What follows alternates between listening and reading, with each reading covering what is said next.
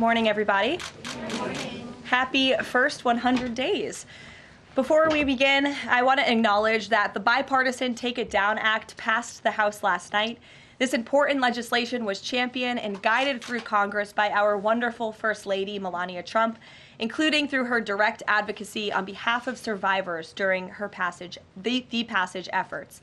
The Take It Down Act criminalizes the publication of non-consensual intimate imagery and requires social media and similar websites to remove such content within 48 hours of notice from a victim. The First Lady thanks all those who voted in favor of this important legislation, and the President looks forward to signing it when it arrives on his desk. Today officially marks 100 days of promises made and promises kept by President Trump. This has truly been the most historic start to a presidency in American history. After building the greatest economy in the world in his first term as president, President Trump is in the process of doing that all over again. The American people trust in President Trump. Since his first day in office, President Trump has focused on defeating the Biden inflation crisis, bringing down the cost of living, and making the United States the best place in the world to do business, invest, create jobs, and innovate. And President Trump's efforts are working. 345,000 jobs have already been added since the start of President Trump's term. Last month's jobs report saw nearly 100,000 more jobs than economists predicted, and it was the fourth highest month for private payroll growth in the past 2 years. 9,000 manufacturing jobs have been added to the economy already. This is a sharp contrast to the 6,000 manufacturing jobs that were lost each month in the final 2 years of the Biden administration. The U.S. employment rate remains at historic lows. And thanks to President Trump, Americans are seeing price relief for the first time in years. The last inflation report showed the first consumer price decline since the COVID pandemic, a decrease in energy prices, and real average hourly wage growth. President Trump is delivering on his promises to lower costs for American families and businesses. Prices across the board for everyday goods have seen declines since this president was inaugurated. From airfare to used motor vehicles to prescription drugs, prices are dropping. In fact, last month's drop in the price of prescription drugs was the largest ever recorded. And after Joe Biden botched the response to the bird flu, President Trump and Secretary Rollins' aggressive plan have brought down wholesale egg prices more than 50% from Inauguration Day. President Trump ended Joe Biden's reckless war on American energy and fossil fuels and has restored American energy dominance. And Secretary Wright, Secretary Doug Burgum are working hard on that effort every single day. Oil and gas prices are now way down because of this bold approach. Gasoline prices down 7%. Energy prices are also down as well. The Department of Interior just announced a new offshore drilling policy that will boost oil production in the Gulf of America by 100,000 barrels per day. On the deregulation front, President Trump is committed to cutting senseless red tape, especially for America's small business owners who are the backbone of our economy. We know cutting regulation leads to lower costs and higher growth. The mass deregulation effort by this administration will help usher in the golden age of America, which is underway. Immediately upon taking office, President Trump blocked all of the unfinalized Biden-era rules, saving America's more than $100 billion, or $2,100 per family of four over the next decade. And the president also launched a bold multi-agency effort to roll back existing federal regulations that drive up the cost of living on hardworking families. This effort is projected to yield significant cost savings in the coming months, including the EPA's rollback of tailpipe emission rules for light-duty and medium-duty vehicles and the Department of Transportation's latest corporate average fuel economy standards. These two efforts alone yield $755 billion in total savings, or more than $8,800 per family of four over the next decade. In total, the combined savings from all of these actions equal just over $935 billion, or nearly $11,000 in real savings per family of four per the coming decade. The press is not talking nearly enough about the positive impact of President Trump's deregulation campaign. And investments from the biggest companies and countries in the world are pouring in under this president. So far, total investment commitments under the Trump administration have reached more than $5 trillion. including $500 billion from Apple in U.S.-based manufacturing and training, $500 billion from NVIDIA and AI infrastructure, $100 billion from TSMC and U.S.-based chips manufacturing, and the $500 billion private investment by OpenAI, Oracle, and SoftBank in AI infrastructure as well. All of these investment commitments are estimated to generate at least 451,000 new high-paying jobs for American workers and families.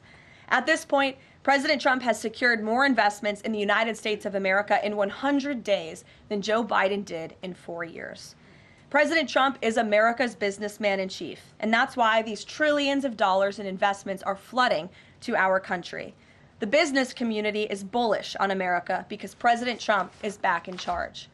Tomorrow, the president will host CEOs and leaders from several companies that have made these investments to tout their historic commitments to our country and encourage others to follow suit. Under President Trump, there has never been a better time to invest in America.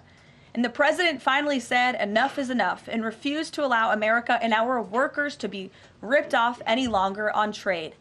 President Trump implemented powerful tariffs to end the era of economic surrender and to rebalance America's trading agreements. More than 100 countries have already come to the table looking to offer more favorable terms for America and our people. There has never been a president who has created his own leverage like this president, and we are just getting started. Republicans in Congress are getting very close to passing President Trump's one big, beautiful bill, which will include the largest tax cuts in American history, strong border security measures, major military advancements, dramatic deregulation, and common sense spending reforms. As President Trump has said before, the best is yet to come. For more on President Trump's economic successes so far and the plans ahead, I want to pass it off to our incredible Treasury Secretary, Scott Bessent, who is here today, and we will open it up to questions. In our new media seat, we have Brendan Peterson, the financial services reporter for Punchbowl News. Punchbowl News covers power, people, and politics based in Washington, D.C., laser focus on Capitol Hill, the politics of legislating, founded in 2021, and it is the first newsletter that Capitol Hill and the White House reads every morning in the middle of the day and throughout the evening. Thanks for being here with us, and we'll start with you today. Thanks so much for being here. I have a question for Secretary Bessent. On tariffs, the president said over the weekend that we are hoping that maybe tariff revenues could replace income tax. But we also keep hearing about the deals that the administration is pursuing. So my question is, what is the White House's ultimate objective here? Do you want to have long-term tariff revenue or deals that might reduce those tariffs? I think it's a combination of both. So we're going to take in long-term tariff revenue. We put a process in place. We have 18 important trading relationships. We will be speaking to all of those partners, or at least 17 of them, over the next few weeks. Many of them have already come to Washington. What President Trump is referring to is the ability for tariff revenue to give income tax relief. And I think there's a very good chance that we will see this in the upcoming tax bill. The president campaigned on no tax on tips, no tax on Social Security, no tax on overtime, and the restoring interest deductibility for autos, for American-made autos. So tariff income could be used for tax relief on all of those immediately. So you think that there is a role for significant tariff revenue in U.S. fiscal policy? I think that it is something that got put away a long time ago, and I think that tariffs will bring back American manufacturing and generate substantial revenues. On manufacturing, we've seen some pretty grisly surveys this month from the Philly Fed, which saw the biggest drop since May of 2020, and the Dallas Fed, similar plunging outlook, poor shipping orders.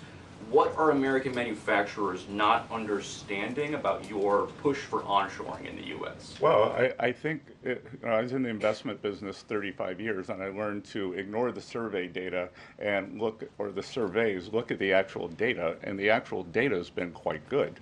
The job data is good. Americans keep spending, and as Karoline said, we have these incredible commitments to bring manufacturing back on shore with record investment by domestic corporations and foreigners who want to come into the U.S. Thank you so much, Karoline. Thank you, Mr. Secretary.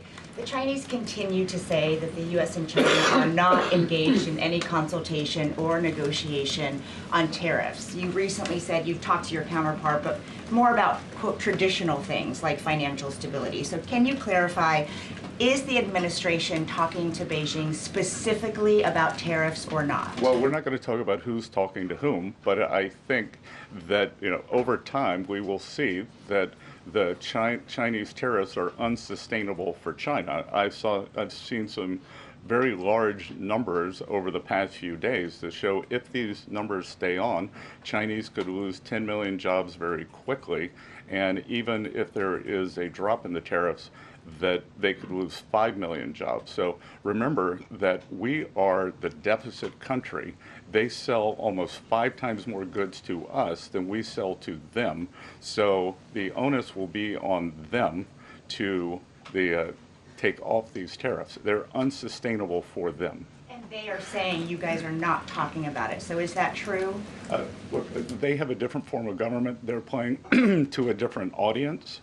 So I'm not going to get into the nitty-gritty again of who's talking to whom. But as I said, I believe for the Chinese, these tariffs are unsustainable. And very quickly, 2 days ago, you said you didn't know if President Trump had spoken to Xi Jinping. Do you know now? Again, I would say Karoline and I have a lot of jobs around the White House. Running the switchboard isn't one of them. Bloomberg, go ahead. Secretary Bessent, thank you so much for being here this morning.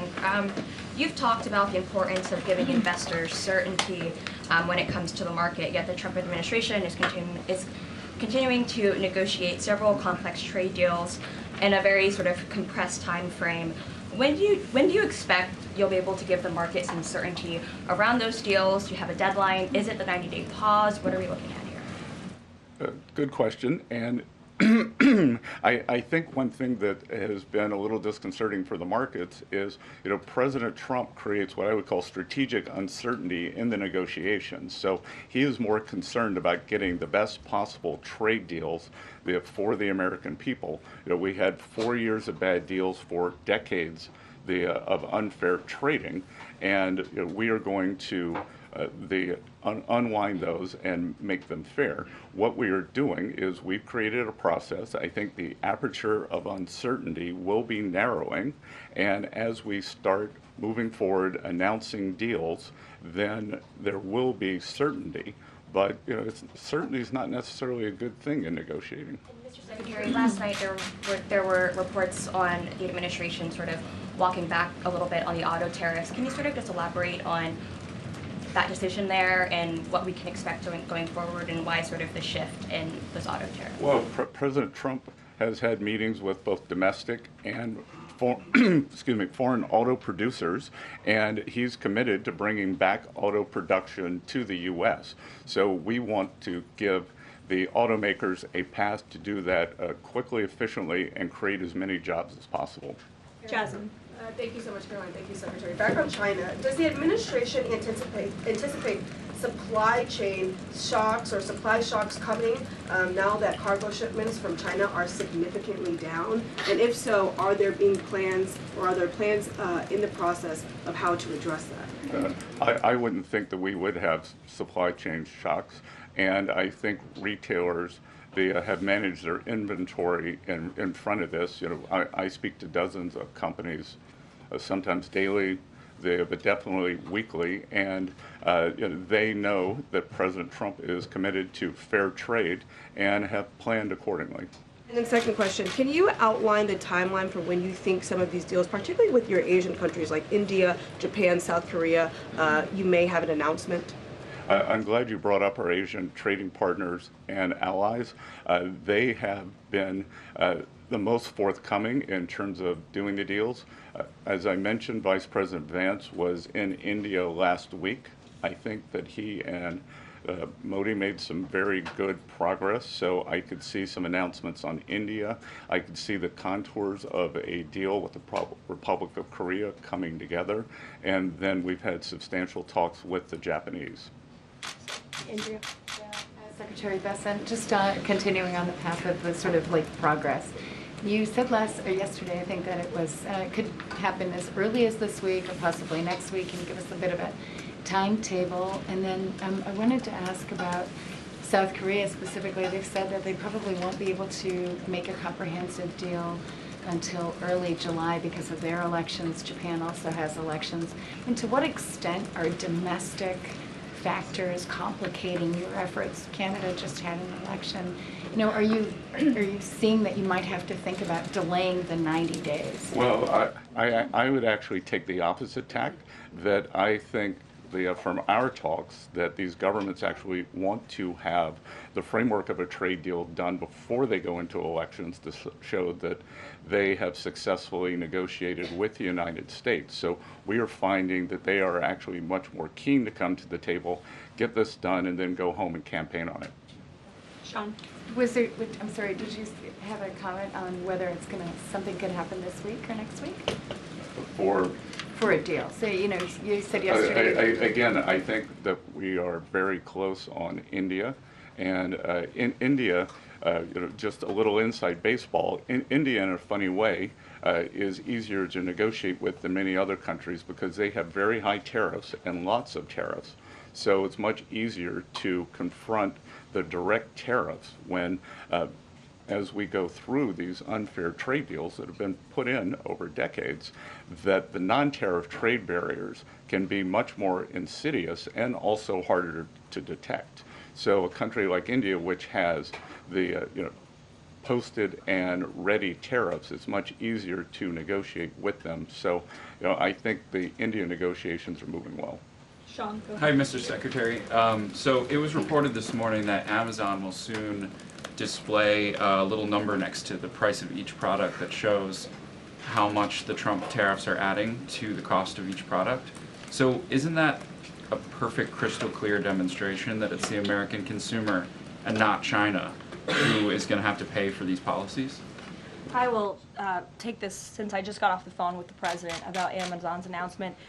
This is a hostile and political act by Amazon. Why didn't Amazon do this when the Biden administration hiked inflation to the highest level in 40 years? And I would also add that it's not a surprise because, as Reuters recently wrote, Amazon has partnered with a Chinese propaganda arm. So this is another reason why Americans should buy American. It's another reason why we are onshoring critical supply chains here at home to shore up our own critical supply chain and boost our own manufacturing here. Is Jeff Bezos still a Trump supporter? Look, I will not speak to the president's relationships with Jeff Bezos, but I will tell you that this is certainly a hostile and political action by Amazon. And Secretary, if you have anything to add. Yeah, I would also add that the bringing down the terrible Biden inflation has been a priority for the first 100 days of the Trump administration, and President Trump has done a great job of leading that. Since January 20th, interest rates, mortgage rates are down, gasoline and energy prices are down. We're expecting the further decreases. And as Karoline said, the big tax on consumers that goes unnoticed is deregulation or regulation, and we are deregulating and bringing that down. So from a household income point of view, we would expect real purchasing increases. We've seen them over the first 100 days, and we would expect that to accelerate. We are doing peace deals, trade deals, tax deals, and deregulating. And the deregulation is a longer lead time, but I think by the third and fourth quarters, that's really going to kick in. Kelly, go ahead. Thank you, Caroline. A question for you and Secretary Bessent. We talk a lot about volatility and uncertainty in the marketplace, and the president has stated all along that he's more concerned about mainstream America, the American worker. You just talked about deregulation and this entire fair trade and reciprocals. What is your message to the American people in terms of letting them get through this disturbance and the outcome being greater and a greater good for the American worker, the American people, the American families? I would say trust in President Trump. There's a reason he was reelected to this office. It's because of the historic success of his economic formula in the first term, and as I laid out at the beginning of the briefing and the Secretary has talked about and the President talks about every day, there's a proven formula that works. Massive deregulation, energy independence, and tax cuts, which are coming. And the Secretary is working very hard on that with our counterparts on Capitol Hill. If you want to talk about that, that's a huge deal to put more money back into the pockets of hardworking Americans. As for the fair trade deals the President is trying to negotiate, he's not just righting the wrong of the mess that he inherited from the past 4 years of the Biden administration. This is a mess that has been created for the past 4 decades that has sold out the middle class, that has moved jobs overseas. You think about our heartland, middle America, what towns used to look like, what they look like today. President Trump wants to restore the golden age, and it's a process to do that. And that process is underway, but he's put together a fantastic trade team. Secretary Bessent, Secretary Lutnick, Jamieson Greer, all working incredibly hard on this effort 24/7. But tax cuts are coming, and that's key. And Mr. Secretary, why don't you talk a little bit about that? Yeah, so it's really a three-legged stool in the economic policy. It's trade, it's tax, and it's deregulation. So we are in the midst of addressing, as Karoline said, these long-term trade imbalances. The tax bill is going much better than I would have thought when I took office on January 28th, and that's through President Trump's leadership. That Speaker Johnson, Leader Thune are united. Speaker Johnson, we had a very good meeting yesterday with somebody called the Big Six, NEC Director Kevin Hassett, myself, Speaker Johnson, Leader Thune, Committee Chairman Jason Smith, and Senator Crapo. And the tax bill is moving forward. It is going to give permanence to the 2017 Tax Cuts and Job Act, which will, back to the question on certainty, it will give American business certainty, it will give American people certainty, and then President Trump is also adding the things for working Americans that is talked about earlier: no tax on tips, no tax on overtime, no tax on Social Security, making auto payments deductible. So that will substantially address the affordability crisis. And the other thing that I would note, and back to data, is that the Vanguard, one of the largest money management firms in America, said that over the past 100 days, 97% of Americans haven't done a trade. And in fact, individual investors have held tight while institutional investors have panicked. So individual investors trust, investors trust President Trump. Megan, in the back.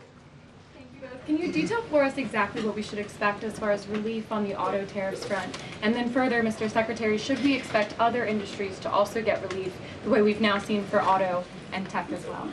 I'm not going to go into the details of the auto tariff relief, but I can tell you that it will go substantially toward reshoring American auto manufacturing. And again, the goal here is to bring back the high quality industrial jobs to the U.S. President Trump is interested in the jobs of the future, not the jobs of the past. We don't need to necessarily have a booming textile industry like where I grew up again, but we do want to have precision manufacturing and bring that back. And another important, very important function of this that does not get talked about enough is national security. President Trump, his overriding concern and belief is that economic security is national security is economic security.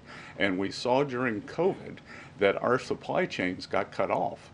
And we need to bring back a lot of those supply chains, whether it's in semiconductors, medicines, the steel, and we have to onshore those. So it's a combination of making trade free and fair and remedying this gaping national security hole that he was left with. If I could on China. I would just add, Megan, the President will sign the executive order on auto tariffs later today, and we will release it as we always do.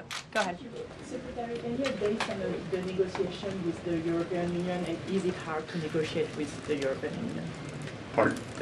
Do you have any updates on the negotiation with the European Union? I'm more involved in the Asian negotiations. My observation would be, goes all the way back to Henry Kissinger's statement, when I call Europe, who do I call? So we're negotiating with a lot of different interests. Some of the European countries have put on an unfair digital service tax on our big internet provider. France and Italy, other countries, Germany and Poland, don't have that. So we want to see that unfair tax of one of America's great industries removed. So it's going to be a give and take. So they have some internal matters to decide before they can engage in an external negotiation. Edward. Thanks, Caroline. Mr. Secretary, so contacts I have in the business community say that they're basically frozen for long-term investment because of the uncertainty around tariffs. How long do you think President Trump has to make a deal before there's damage to the economy? Look, I think that what we're seeing is that business leaders, they've gone into a pause, and I think we're going to give them great certainty on this tax bill. And I think over the next couple of weeks, as I said, we have 18 important trading relationships. We'll put China to the side. 17 they are in motion. And then, as I said yesterday, I think there's a very good chance we're going to get this tax bill done.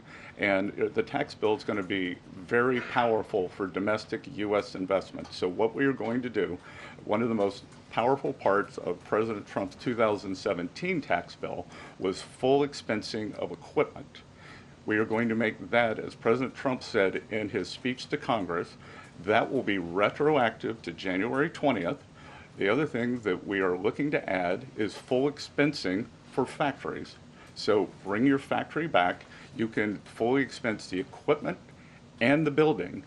We will couple that with deregulation, cheap energy, and regulatory certainty, and that will continue to make the U.S. the greatest destination for domestic and foreign investment. And the president, well, if I can follow, just the president said that world leaders would like to meet with him in Rome, in Vatican City, about trade. Other than President Zelensky, who did the president meet with, and about trade, and when could we get some of those deals? The president met with President Zelensky, as you know, which we talked about, and the president continues to be engaged with his fellow fellow leaders around the world in the European Union. You've seen many of them visit the White House. I want to harp on, in closing, the point the Secretary just made. On the campaign trail, the president promised the American public that he was going to make America the best country in the world to do business again. The lowest taxes, lowest regulation, lowest energy costs of anywhere in the world. And if you do business in the United States, you won't pay a tariff, you won't pay a price. That's not just good for companies around the world, but it's good for the American worker.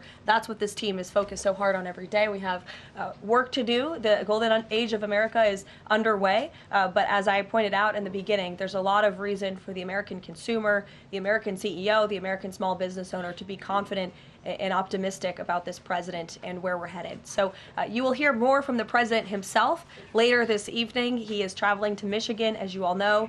He'll make a stop at the Air Force Base with Governor Whitmer, and then we will head to a rally tonight where you'll hear more from him directly. So we'll see you in Michigan. Thank you, guys. Thank you, Caroline.